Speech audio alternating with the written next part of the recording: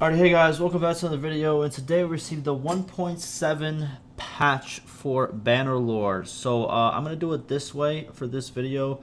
Unfortunately, I'm working a lot, man. Listen, I'm currently working 60 hours. Next week they're upping it to 70 hours. It's peak time during this time of the year, and I'm just overwhelmed. But I'm doing what I have to do for my family. But yeah. Patch 1.7 is here, and I'm gonna go over it like kind of like this, where we're just gonna read the patch notes. When I do get time this week, I'm gonna go over some of the features, the bigger features, in separate videos. So look out for those. But I did write some notes down right in front of me about certain stuff that I think you guys should look out for, and kind of like the big important changes of this patch. So that's what we're gonna go over in this video. So let's do it. So, in my opinion, I think this is one of the, this could be the biggest patch they've had so far. It's been a while since we had the last patch, so I kind of expected a little bit more, and I'm pretty sure, there was a lot of big systems that they had in the works that they obviously put out in this patch. I don't want to give any spoilers because I'm just going to kind of give it an intro, but yeah, there's a lot of big systems here for a lot of, different types of play styles that a lot of people are going to like.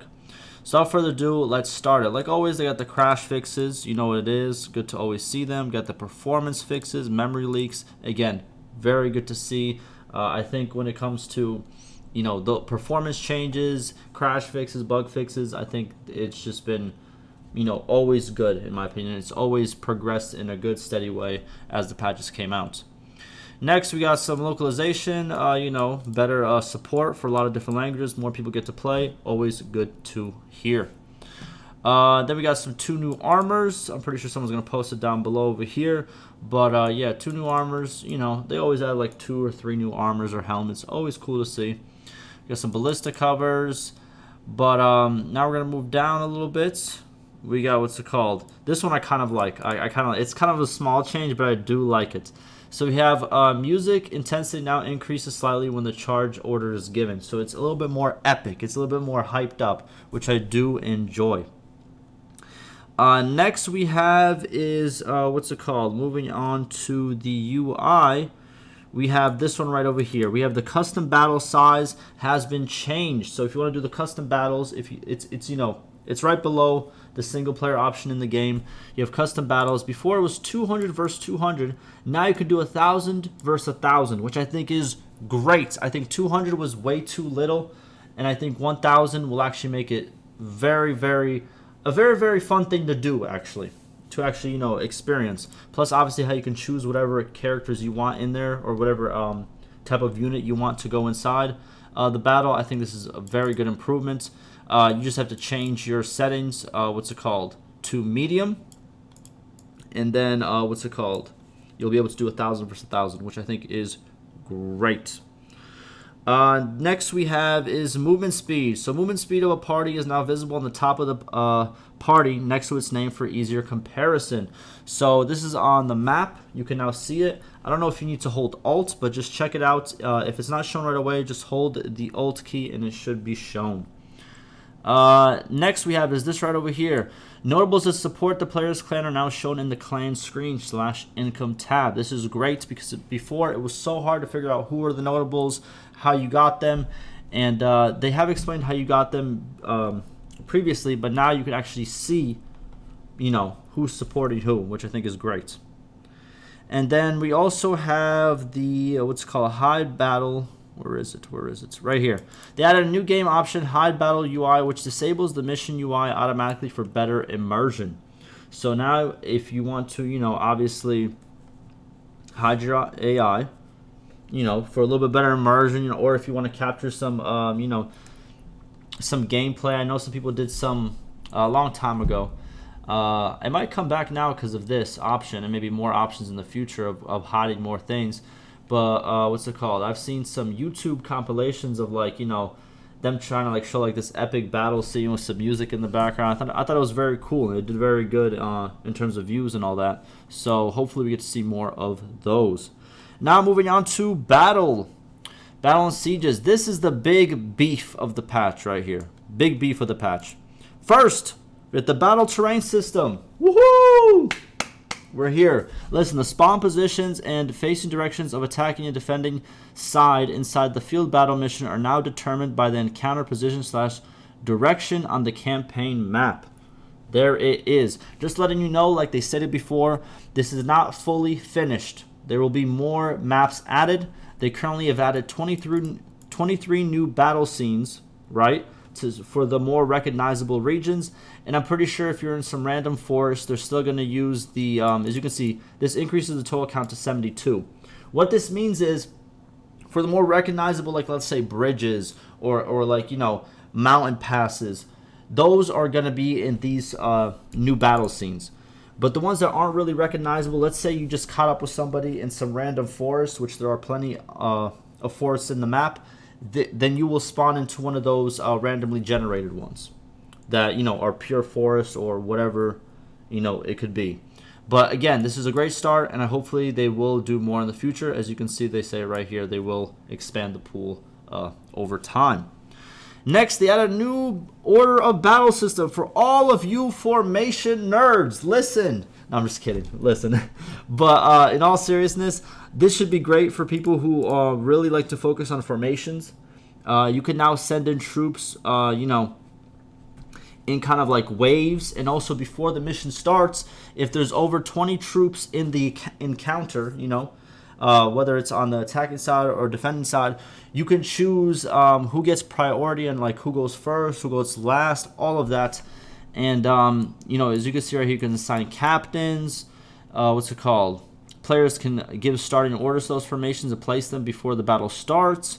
We got sliders, we got filters, we got all of it now, man. So hey, hopefully this is good. There's probably going to be more stuff that's going to be added in the future, but I think this is great for people who do care for formations.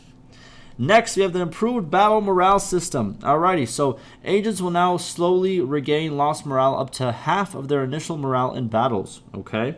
Ranged kills now provide morale to the killer's allies, just like melee kills. Good. Archers are going to be even more important than they already are. Next, adjusted the morale damage for different weapon types. Fire ballistas now deal more morale damage. That's cool. So like the fire effect kind of like, you know, scares people off more, which makes sense. Morale damage from kills and fleeing agents has been adjusted for better gameplay. And they fixed a bug that caused morale penalties to ignore detachments of a formation when applied. There you go. They made morale a little bit more, you know, better, in my opinion. I think it probably will need more work in the future, but morale before this, all this stuff was added, was kind of meh, in my opinion. We'll see if it does actually kind of play a bigger role now.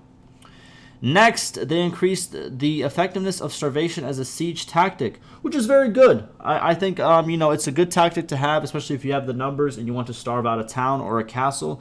I think it should be a viable option to do, and let's see what they say. So they say garrison parties will now not die from starvation. They will instead become wounded and continue to consume food. The starvation penalty no longer uses absolute numbers, but percentages similar to mobile parties. Larger garrison forces will suffer more wounded troops due to starvation than smaller ones. Okay, so if there's more troops, obviously they're going to starve a little bit faster because the food's going to be eaten up a little bit faster. And then last one is towns now show the food stored in their market to correctly indicate the amount of food left in the town, giving you a better idea on when the starvation will begin. There you go. So now you have more information, and then once food starts getting very low, depending on how big the garrison party is, they won't die from a starvation, but they will become wounded, which pretty much makes it so they can't really go into battle if they're too badly wounded. Good. Now, big one, boys. Very big one. This has been a problem that we've had for so long, but here it is. They reworked the climbing of siege ladders and siege towers with ladders, which fixes issues such as not climbing some ladders using only one ladder, the swarming and moshing at the base of 3 ladder siege towers, agents pushing each other and getting stuck into the gaps between the ladders in siege towers, repathfinding, AI agents having trouble climbing, and missing and walking past ladders, and agents will not continue to raise the siege ladder even after taking damage. There you go, baby! Hopefully this does actually work as intended. If it does, I think this will just improve sieges immensely. it will finally, you know, hopefully the critics are just, you know, a little bit. You know, it's been a long time coming. I'm not gonna lie to you, but I think this is great, amazing that it's finally fixed. They got down, they did the work, and they fixed it. So very good to see. And yes, some other siege improvements if you want to read this below. But next, moving on to character, we have the charm skill. They reworked the whole charm skill perk tree. Most of the existing charm skill perks were replaced with new ones. Charm skill perks now have secondary effects. Good to see. So before the charm skills, they were alright. But now hopefully they are very effective. Charm it's a big thing. You know, if you think about it in video games, in other video games such as Bannerlord, and also in real life, listen, how good you can talk, how good you can, you know, communicate is huge. Huge. And it does play a very significant role, and it should play a very significant role. So it's good to see. Then they fixed some known bugs, and yeah, that's about it for that. Now on to economy. For the economy, and by the way, I'm skipping some stuff that, you know, is kind of minor, but you guys can always go check that out, okay? I'm just going over the stuff that I thought really stuck out to me and that you guys would want to know about. Like, you got all this stuff over here: clan party, armies, kingdom, diplomacy. You guys can always check that out. Link will be down below. Next, you got is economy. So they reduced the overall item prices. Items with higher tiers are reduced more. Good. A lot of people were complaining about item prices, so hopefully this brings it down and actually makes it a lot better. And then they also increased the selling trade penalty of higher tier items progressively. The trade penalty when buying hasn't changed. Interesting. So it will actually be a lot harder to sell, you know, harpoons now if you think about it. You will incur a lot more penalties when trying to make a lot bigger transactions. Which, okay, you know, hey, listen. Tax the rich, baby. You know what I'm saying? Tax the rich. Okay, let me stop. All right.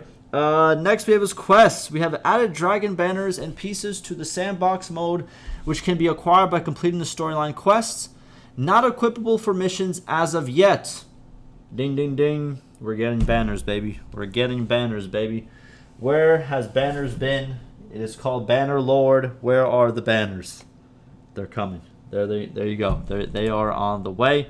We have a ton of changes to quests, a ton of them if you guys want to go check that out. But I see a lot of good improvements to all of these. Next we have is conversations. What's it called? So mainly there's a lot more dialogue lines. We got dialogue lines for beggars in towns. We have dialogue options are now listed across several pages. Very good. They had a dialogue response which lets the player know if a courtship NPC becomes ineligible. There you go. They added the ability to create a new party or attach the companion to your own party via conversation after rescuing a companion during battle. Good to see. Hopefully they add a lot more. You know, dialogue is very important. It adds to immersion a lot. Next we have... Moving on to multiplayer, so we have obviously the 40 new items added, customization, very good to see. We also have some changes to the flag capture system if you do play that. You guys can go check that out. I still haven't really played multiplayer, so I can't give my input too much on it. But we do have some new player profiles. They reworked the player information in the multiplayer lobby. When you enter the lobby, you are now greeted with the new player profile information. A summary of the important player data is displayed in that section. The social tab has been reworked in the single profile page. The profile page includes statistics, badges, clan, Bannerlord ID, and more. You can also view profile pages of your in-game friends and clan members by using the friends list and the clan roster pages. Good. Very good to see. Hopefully they add a lot more to it.